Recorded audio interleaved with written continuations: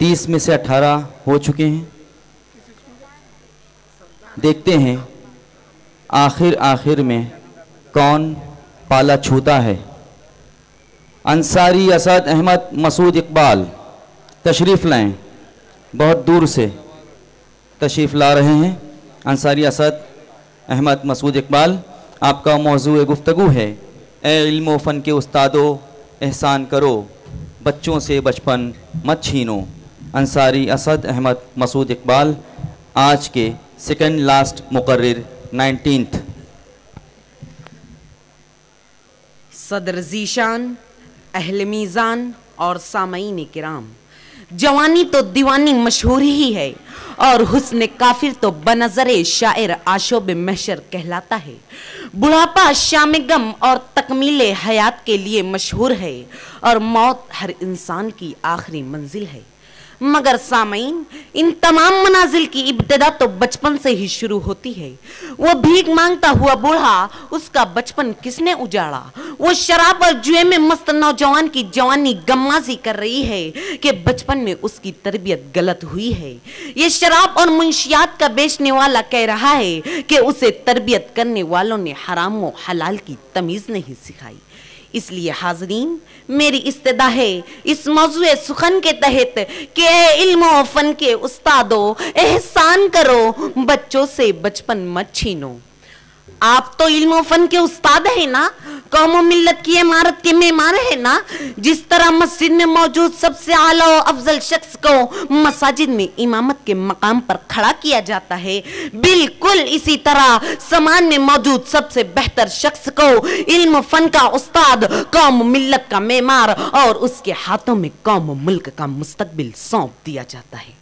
जरा सोचिए तो सही कि आपको किस ज़ात अक़ज़त से निस्बत है जिन पर उतरा कुरान करीम। उस मुक़द्दस ज़ात के अल्फाज है, अना बुइस्तु मुअल्लिमा, मैं दुनिया में मुअल्लिम बनाकर भेजा गया हूँ।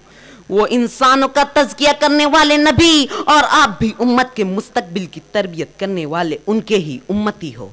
उन्होंने तो अपना काम पूरा कर दिखाया और ऐसे बाइखलाक और बेहतरीन इंसान दुनिया को अता किए कि कयामत तक ऐसे सहाबा को ये बूढ़ा आसमान नहीं देख सकेगा।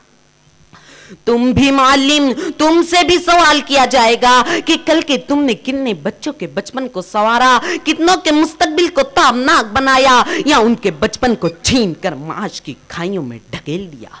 याद रखो, हर वक्त तुम्हारी क्लास में ईओ, सुपरवाइजर, हेडमास्टर या सीसीटीवी कैमरे चालू नहीं रहेंगे, मगर एक जात तुम पर हमेशा नजर किए हुए है।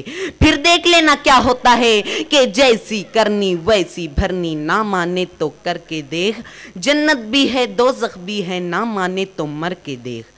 घर काम और मामूली शरारत पर बच्चों को बुरी तरह से पीटने वालों, याद रखो नबी करीम सल्लल्लाहु अलैहि वसल्लम ने हजरत अबू ज़र गिफ़ारी को अपने गुलाम को मारते हुए देखा तो फरमाया, अबू ज़र, जितना तुम इस पर कादिर हो, इससे कई ज्यादा तुम्हारा रब तुम पर कुदरत रखता है।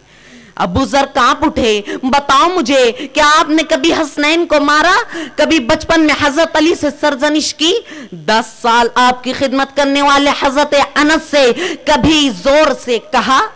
हजरत ज़ैद बिन हारिसा को जब उनके वालिदैन घर ले जाने के लिए आए तो हजरत ज़ैद ने कहा कि मेरा मन माँ बाप के पास जाने के लिए नहीं कहता। बताओ मुझे इल्म फ़न के उस्तादों, क्या आपका तरबियत याफ्ता बच्चा भी आपसे इतनी मोहब्बत करता है? ऐ मेरे इल्म फ़न के उस्तादों, क्या सच नहीं कि बच्चा आपकी मार की तकलीफ से ताब ना ला सका और इस दारे फानी से कूच कर गया? ऐसी ऐसी सजाएं दी कि हुकूमत ने मजबूर होकर कानून पास कर दिया कि कोई भी उस्ताद अपने बच्चे को सजा नहीं दे सकता। ये वालिदैन बच्चे पर बोझ थे तो क्या हुकूमत ने इनके लिए खिचड़ी की स्कीम, जेब खर्च के लिए 2.5 रुपया और मेडिकल सहूलतें मुहैया नहीं की? सुन लो ऐ इल्म फन के उस्तादों, हदीस नबी है कि ऐ अली तेरे कहने सुनने से एक आदमी भी राह रास्त पर आ जाए तो तेरे लिए 100 सुर्खों ऊंटों से ज्यादा कीमती है। याद रखो, अगर किसी बच्चे ने कल कयामत के दिन तुम्हारा दामन पकड़ लिया तो तुम खालिक के कायनात को क्या जवाब दोगे?